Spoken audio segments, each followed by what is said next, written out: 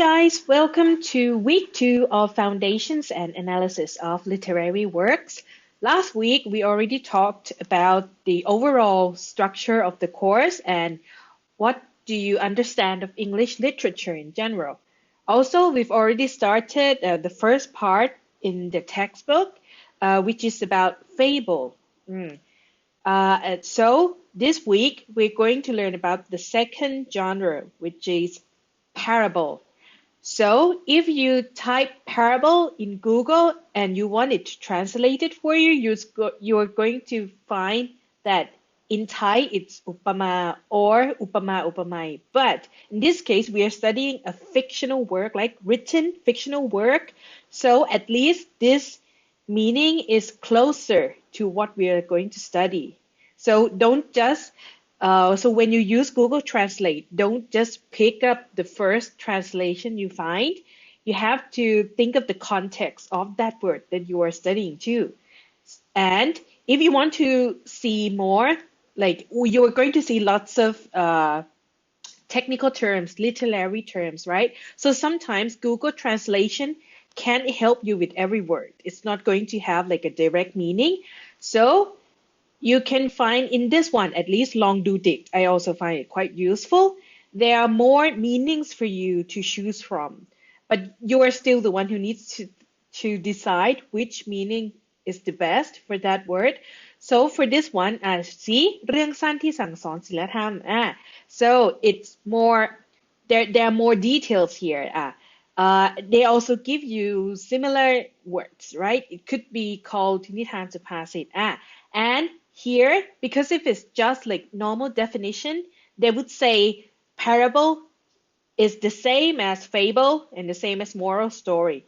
But today I'm going to tell you the difference between fable and parable. Okay, there are some differences there.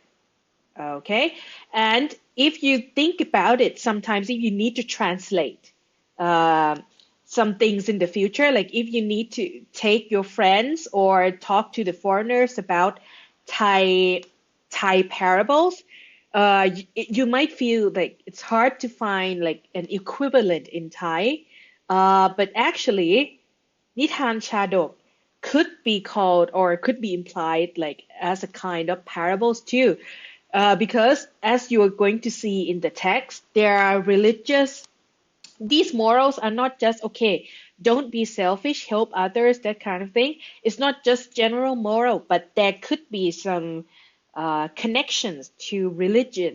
Okay, so Nitan Chadok here, like it relates to Buddhism also. But in Buddhism, see, we actually have some familiar tales that we know, like กระต่ายตื่นตูม for example. Okay, that's just the intro of parable. So we're going to start with this slide. What is a parable? Well, it's a story with an implied moral teaching. Underline this word, okay? Okay, pen color, implied moral teaching. If you notice in the two fables we've studied, the last sentence will show you like, okay, what does this story teach the children or the reader? It's stated clearly in the text, like what you've learned. But with parable, it's not stated clearly, okay? It's implied, which means you have to think about it until you come to the conclusion. And with parable, yes, it could be a story like fable, but it could also be an image. So imagine you are in a Buddhist temple, right? Sometimes you see parables, but they are not text for you to read on the wall.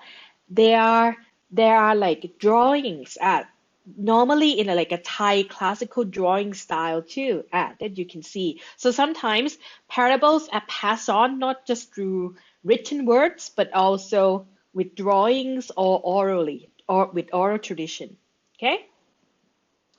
Now, is it similar to fable? Well, no, not actually. Why? Because when you look at the characters of fables and parables, they're different. The characters in parables are normally humans, okay? But with fables, they are animals. And also there, like I said, there's no explicit. This adjective means clear, okay, or noticeable. No explicit moral lessons. You have to figure it out yourselves. Okay, and the first parable we're going to learn is The Helpless Boy by Bertolt Brecht. Huh? So hopefully with this one is quite short, we can read it together. But the second one is quite long, so I'm not going to read like the whole story to you, okay? Okay, let's start with this one. A boy was crying to himself, and a passerby asked what was wrong. I had saved 2 dimes for the movies, said the boy, when a big lad came and grabbed one from me. And he pointed at a lad who could be seen some distance away. Did you not shout for help? Asked the man. I did, said the boy, sobbing a little more loudly. And didn't anyone hear you? The man went on. No, sobbed the boy. The boy looked at the man with the new hope because he was smiling. Then give me that one as well, said the man. And he took the second dime out of the boy's hand and walked away unconcerned. You see, this is quite strange. Like the first time any children heard the story would have been puzzled. Like, why is the ending so sad?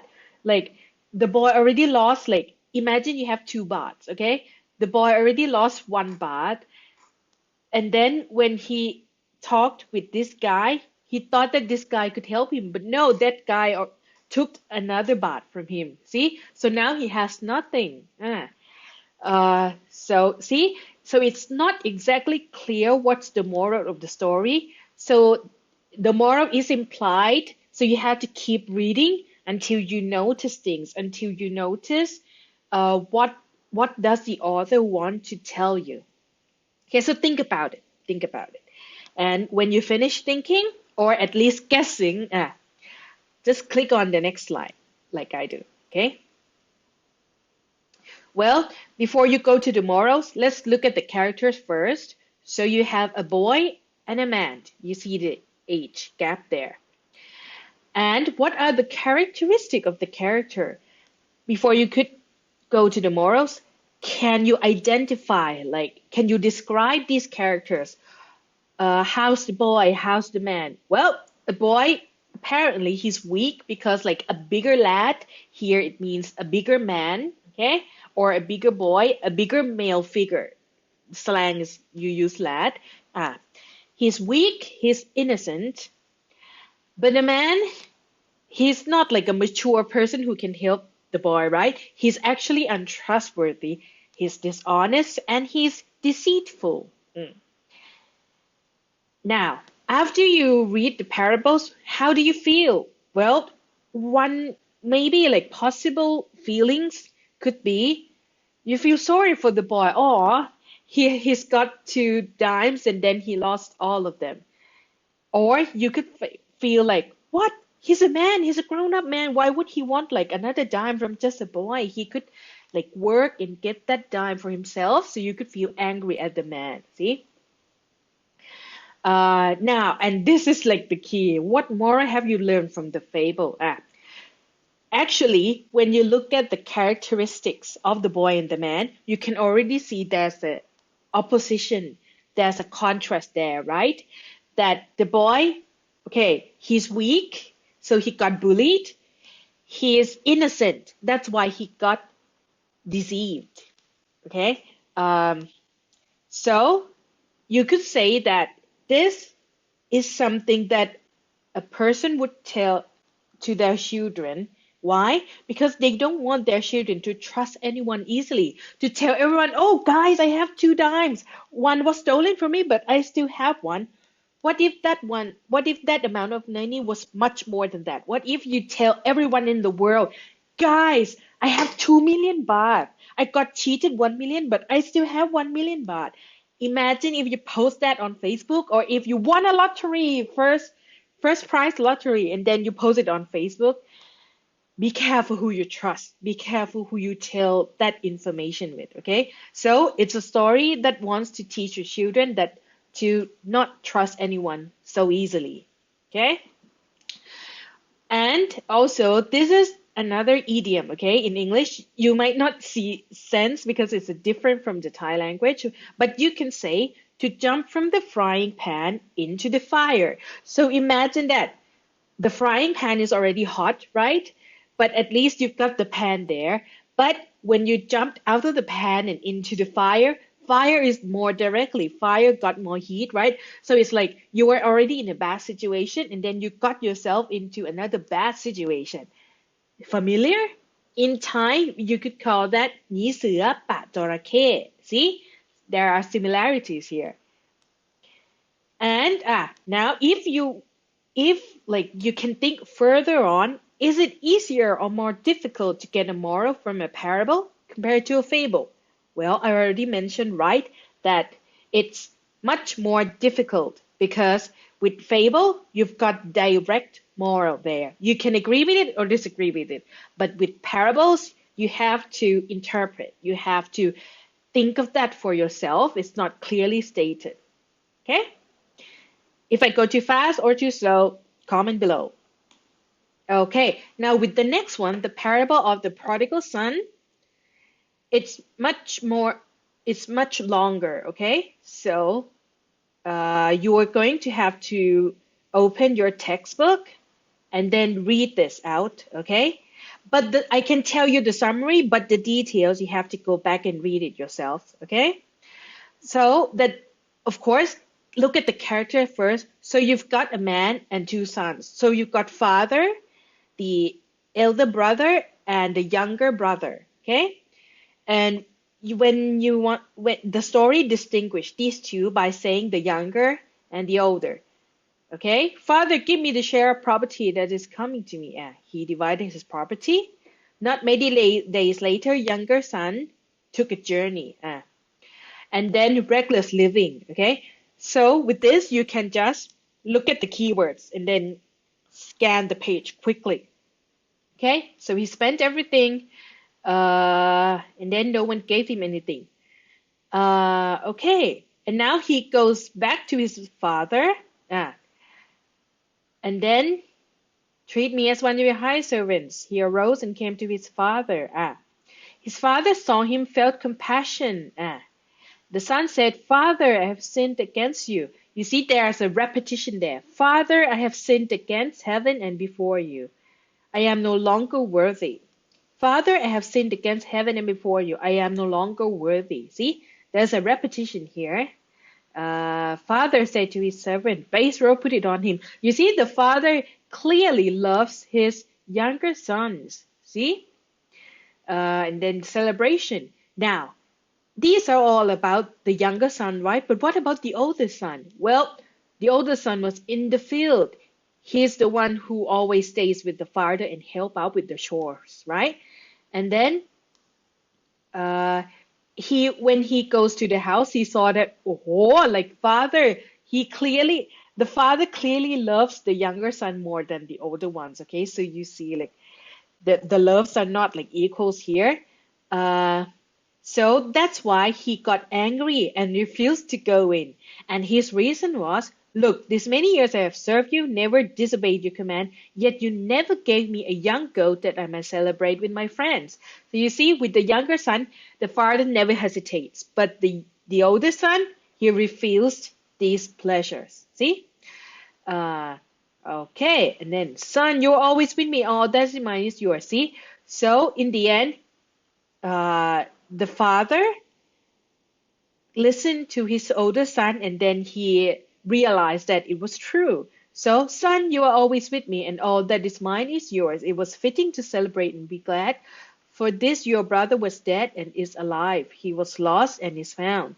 So, in contrast, the father, instead of saying, oh, sorry, older son, now I love you too. But no, the father contradicts him. He actually says, this is like a kind of puzzle, okay? Look at the words the father used. It was fitting to celebrate and be glad. Why? Because your brother was dead and is alive. So you see two tensions here. But the younger son, he didn't die, right? He's alive. That's why the celebration happens. But this is a figurative death, not literal death, okay? Uh, so you have to interpret what does he mean when you say someone is lost. He was lost and is found. See? So dead here means could be like dead from the morals, dead from sin.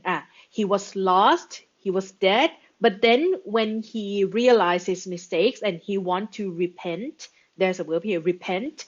So he wants to fix things to go back to normal. He realized he made his mistakes and want to be a better person. Then see, is alive again because of that. He was lost and is found. Okay? That's it. So let's go back to the slides. Okay, now with the parable and the prodigal son, of course, there are three characters, a father, an older son, and a younger son. That's at least like the beginning of whenever you read any stories.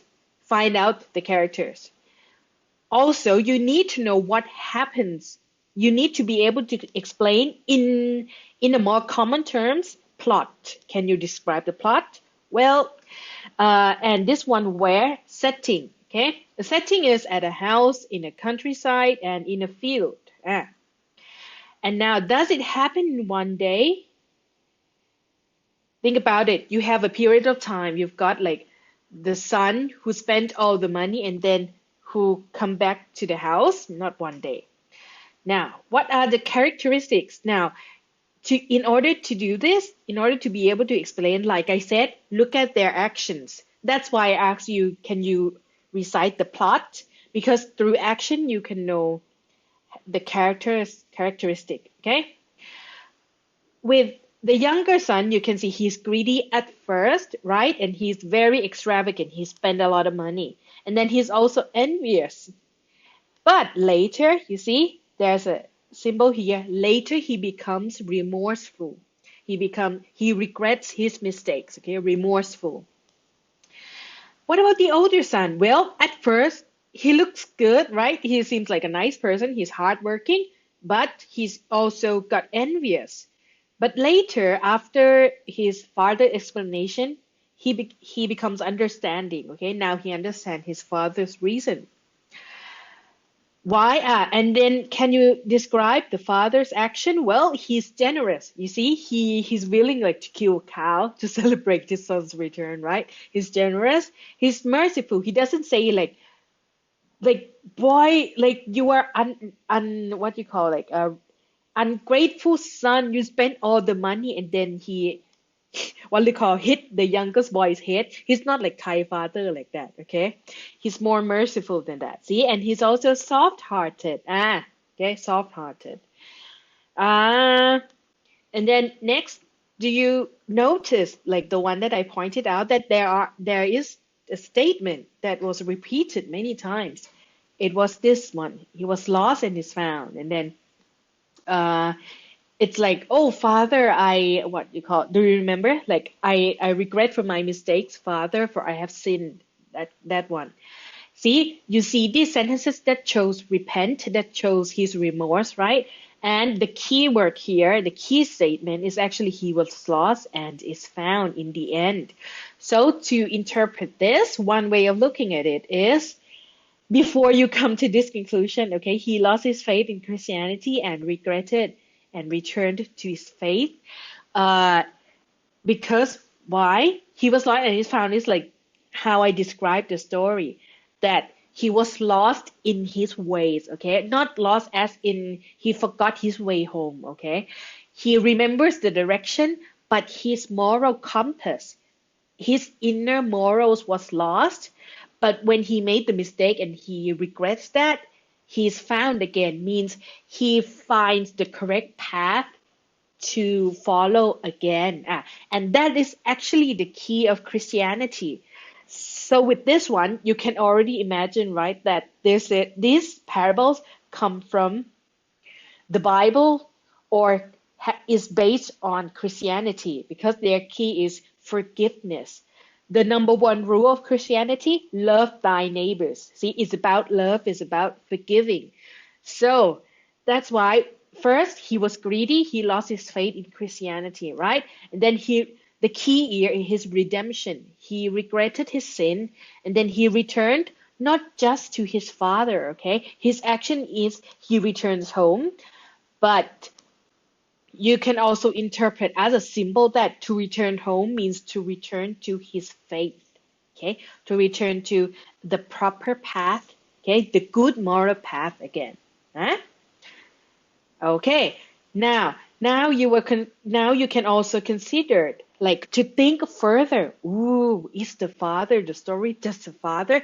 Like normal father would have been like very pissed at his son, right? Very angry, like why like you spent all my money? But no, this father never say bad words, okay? Like he's too good to be human. Could be, right?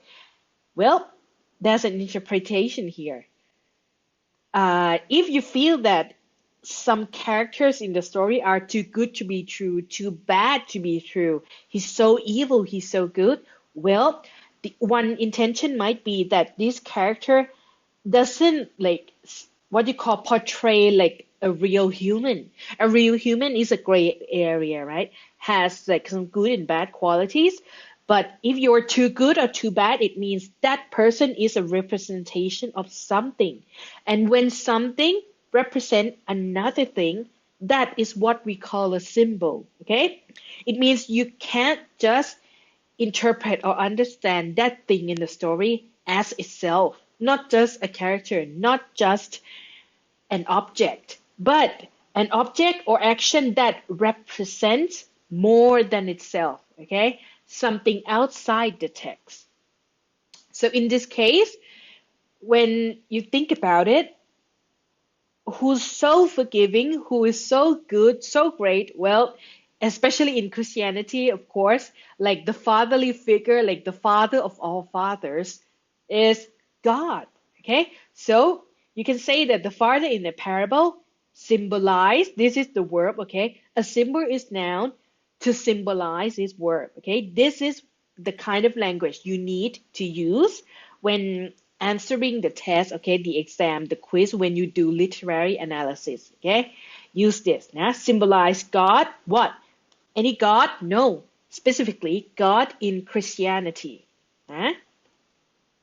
And now, what do the two sons symbolize? Okay, so see here, the two sons symbolize something. So the question is, what do the two sons? Now, if you think about it, the younger son represents Christian person who loses his or her faith, but then he or she is always welcome to return to the faith. So this is like the key of Christianity, like I said, redemption. That's why if you are a Christian, it's okay to lose your way, to lose your way, to lose your faith, as long as you repent and then the faith always welcome you back. It's not something like, okay, if you're Christian, you did something wrong, you're not Christian anymore. No, you can always repent and comes back to Christianity. Okay, and the older son represents a Christian person who has strong faith. See, he's still hardworking. His father treats him unfairly, in his opinion. Okay. So even if with someone who looks like he has a strong faith, he's a good person, but even good person can fails, can have flaws, right? See, he can feel, oh, น้อยใจ, right, in Thai, okay? He feels like he is ignored or has not get awarded. See, he feels like he should be awarded equally. So it also shows that someone who's really, oh, he's really good. He's a really good Christian. He's a really good Buddhism. But think about it, like someone who goes to temple every day, for example, but then that person also buys a lottery every month, and then when that person didn't get first prize, that person might thought to him or herself like, I go to temple every day. Why what you call bun, right? So why didn't the merit come back to me and give me like the first prize lottery money? See, so deep down, even when we do good things, we actually expect rewards. We expect that when we do good things will return to us. See, it also shows like human natures here. Now, reading parables in context. So this is like another word that you're going to see a lot. When I talk about context, it means something outside the text. Okay. So when you see the text, it's just okay. The father has two sons, right? But when you see the context, it means you can't just look at the words there. You have to look at other elements in the story. Okay. These other elements are like this. You can see that in conclusion, morals in parable, you see, are not announced clearly. True, in the last sentence, you hear the words, okay, he is lost, but he is found again. But lost here does not mean literally like the fable ones, okay? And readers should understand the particular context of a parable in order to understand its meaning clearly. Here, it shows that if I didn't explain like the key of Christianity, that forgiveness is everything, it's going to be hard for you to understand. That's why when we use this parable to explain to Thai students, Thai people, they might find it really, really hard to know or to understand the moral of the story. What? Lost and found again? But in real life, no, you have to gonda, you have to, what do you call, really teach the younger son to know his lessons. You can't just forgive him easily. Like in Thai, it might feel like contradicted because in Thai context, we believe in like ทำดีได้ดีทำชั่วได้ชั่ว that you are what you do, right? That if you do bad things will return to you, something like that. But actually in Christianity, forgiveness has more value. But if you read this story to Christian people, people from the West, people who have read the Bible before, they're going to have the advantage of the context, the story's context. They're going to know, sounds familiar.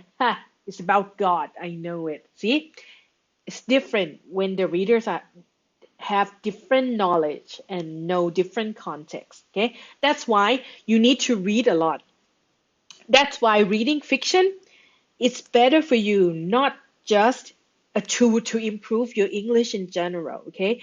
It's about giving you information of that language's context. You're going to know more about Christianity when you read fiction written in English from the Western world, okay? You're going to know about their ideas, their morals, their thinking, okay? So reading, keep reading, don't give up. Okay, and that's the end of the slideshow. And for the next part, we're going to learn about fairy tales, my favorite.